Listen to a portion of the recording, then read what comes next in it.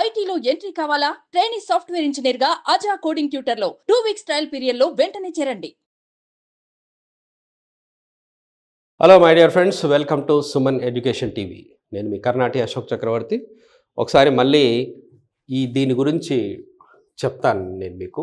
ఇదేంటి నేనేం చెప్పానో గుర్తుందా మీకు? ప్రొనౌన్సియేషన్ అన్నాను. ఇది ప్రొనౌన్సియేషన్.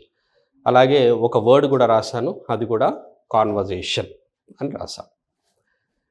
ఇది కామన్గా చాలామంది రాంగ్గా యూస్ చేసే వర్డ్ ఏంటి అంటే ఇది కూడా చెప్పాను, గుర్తుపెట్టుకోండి. ఇది రిసిప్ట్ కాదు, రిసీట్, రైట్? ఇంకొకటి కామన్ వర్డ్ ఏంటో తెలుసా? నేను చూసింది చాలామంది యూస్ చేస్తుంటారు. హోటల్కి వెళ్తారు, హోటల్కి వెళ్ళి ఏయ్ మెనూ తీసుకొని రా అంటారు. Please bring me that menu. అయితే ఇది మై డియర్ ఫ్రెండ్స్, ఇది మెనూ కాదు, ఇది మెన్యూ. కరెక్ట్గా ప్రొనౌన్స్ చేయాలి అంటే ఎలా అనాలి? అది మెన్యూ అనాలి. కాబట్టి మనం రెగ్యులర్గా ప్రొనౌన్స్ చేసేవి ఎన్ని వర్డ్స్ ఉన్నాయో చూడండి. ఇది చూడండి,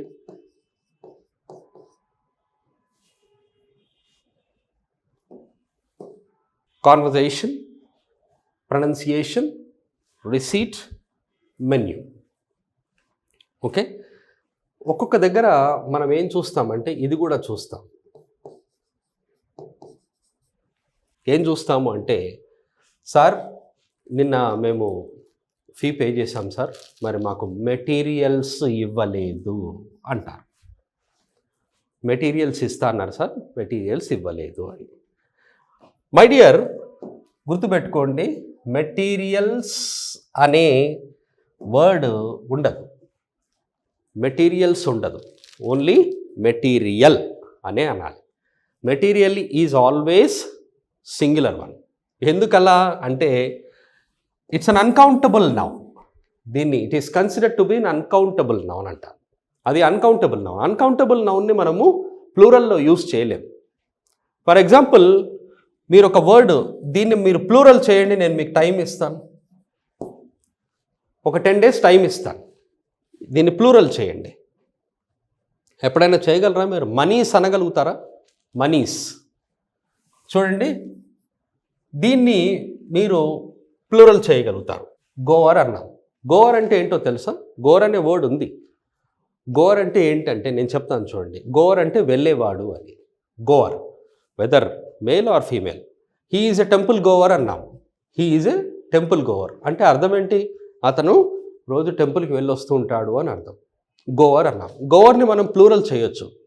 గోవర్ అంటే దాన్ని గోవర్స్ అని రాస్తాం అనుకోండి. గోవర్స్ అంటే they are temple goers, they are regular temple goers అన్నాను. అంటే అర్థం ఏంటి? వారు రెగ్యులర్గా టెంపుల్కి వెళ్ళొస్తూ ఉంటారు అని. గోవర్స్ని నేను సింగులర్ చేస్తాను, ప్లూరల్ చేస్తాను. ఎందుకో తెలుసా? అది కౌంటబుల్ నౌన్. నేను ఇప్పుడు గివ్ మీ అ బుక్ అన్నాను. గివ్ మీ అ బుక్. బుక్ని నేను సింగులర్ చేస్తాను, ప్లూరల్ చేస్తాను. బుక్ అంటే సింగులర్, బుక్స్ అంటే ప్లూరల్. బాయ్ అన్నాను, బాయ్ సింగులర్, బాయ్స్ అంటే ప్లూరల్. దాన్ని నేను చేయగలుగుతాను. ఎందుకు చేయగలుగుతాను అంటే అది కౌంటబుల్ కాబట్టి. కౌంటబుల్ అంటే when you can count something, when you are able to count something, then you can make it singular, plural. కానీ ఎప్పుడైతే మీరు కౌంట్ చేయలేరో దాన్ని మనము అన్కౌంటబుల్ నౌన్ అంటామా, and you can't make it plural. సరే, నేను మీకు టైం ఇస్తాను, మీరు ఒక వర్డ్ని ప్లూరల్ చేయండి చూస్తాను. ఈ మిల్క్ని ప్లూరల్ చేయండి చూస్తాను. మిల్క్స్ అని చేస్తారా?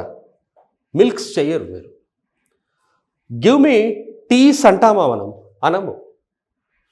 బ్రింగ్ కాఫీస్ అనం మనం. బ్రింగ్ 2 cups ఆఫ్ కాఫీ యాక్చువల్గా కరెక్ట్గా వాడే విషయం అనమాట. బ్రింగ్ మీ ఆ కప్ ఆఫ్ కాఫీ అంటాము, లేదా bring some cups of coffee అనాలి. Coffee is always a singular one because it's an uncountable noun. అలాగే ప్రొనౌన్సియేషన్. ఇప్పుడు మనం ప్రొనౌన్సియేషన్ గురించి మాట్లాడుతున్నాం కాబట్టి దీన్ని ఎలా ప్రొనౌన్స్ చేస్తారు మీరు? దీన్ని ఎలా ప్రొనౌన్స్ చేస్తారు? ఇది వరల్డ్ అంటారు చాలామంది. వరల్డ్, అది వరల్డ్ కాదు, అది world. World I told you, whenever you see this R in the middle of the sentence, in the middle of the word, ఎప్పుడైతే మీకు వర్డ్ మిడిల్లో ఆర్ ఉంటుందో you should not pronounce it. డెఫినెట్గా గుర్తుపెట్టుకోండి, R మధ్యలో వచ్చింది అనుకోండి అది ప్రొనౌన్స్ చెయ్యొద్దు. It's a small one or a big one. ఇప్పుడు ఇది ఉంది, BIRD చాలా చిన్న వర్డ్, చాలా చిన్న వర్డ్. మరి చిన్న వర్డ్ కదా సార్, నేను బర్డ్ అంట అని అనడం కరెక్ట్ కాదు. బర్డ్ అది బర్డ్ కాదు, అది బర్డ్. Bird bird.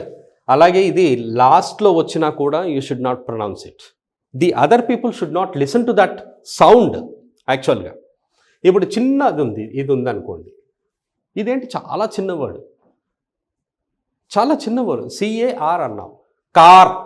అది వినబడేటట్టు దట్ ఈస్ మై కార్ కాదు, అది దట్ ఈస్ మై కార్ కాదు, దట్ ఈస్ మై కార్. ఎక్కడ వినిపించింది ఆర్ చూడండి, దట్ ఈస్ మై కార్, అంతే, కార్. కాబట్టి లాస్ట్లో వచ్చినా కూడా వినిపించదు. నేను చాలామందిని ఇది అంటుంటే విన్నాను.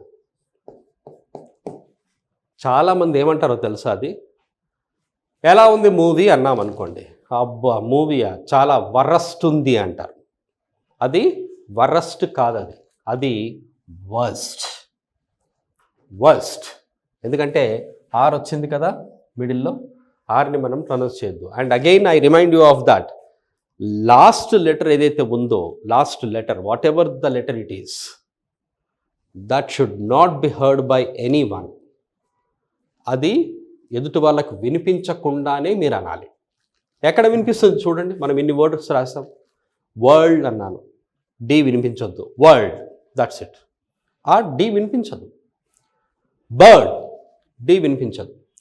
వర్స్ట్, వర్స్ట్, అంతే, వర్స్ట్. మీకు టీ వినిపించొద్దు, worst, that's it, worst. Car, అంత చిన్న వర్డ్ అయినా సరే మీకు లాస్ట్ లెటర్ వినిపించొద్దు, లాస్ట్ సౌండ్ రావద్దు అనమాట. లెటర్ అనే కంటే నేను అన్నాను ఇప్పుడు కన్సనెంట్ సౌండ్, వోవల్ సౌండ్ అని అన్నాను. So whether it is consonant sound or vowel sound, last ఎప్పుడైతే వస్తుందో అది వినిపించొద్దు. సరే, మీకు ఈ వర్డ్ ఉంది చూడండి, మీరు దీన్ని ఎలా ప్రొనౌన్స్ చేస్తారు?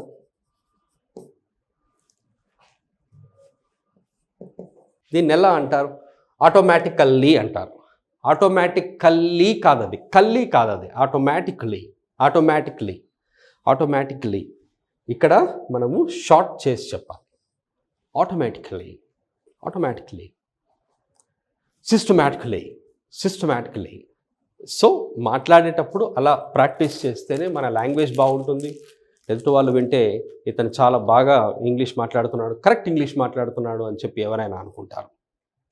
So my dear friends, follow the rules and try to speak good English and effective English so that the other people will get impressed with your language.